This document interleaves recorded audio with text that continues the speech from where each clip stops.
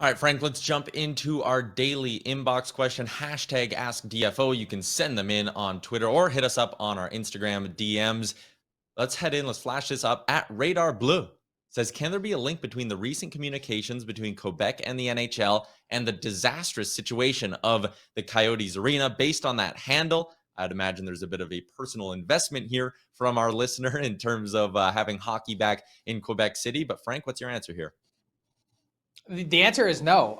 There's actually no link whatsoever.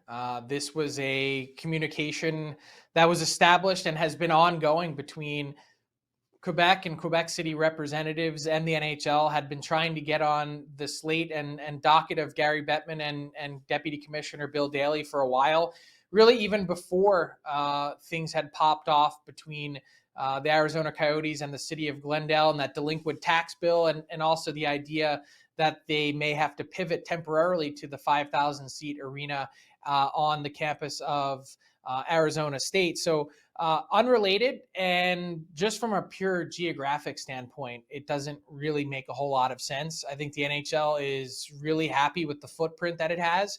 And I think, if anything, when you look at the geographic balance that's been achieved with these divisions, the only opportunity I think to move the Arizona Coyotes, if it were ever to pop up, and it was one of my bold predictions to start the year, was that at the end of the season, we'd be talking about the Arizona Coyotes potentially moving to Houston. Obviously, everyone to this point has denied that that'll take place or anything like that. But just looking at it purely geographically, with the Coyotes playing in the Central, you line it up on the map, Houston fits perfectly in terms of what the NHL wants to do. It's basically the same market size as Phoenix. You're not giving up anything. You'd have potentially more stable ownership if Tillman Fertitta, for instance, wanted to get involved. So lots of options for the Coyotes. I mean, the NHL has been super committed to Phoenix over the last 15 years.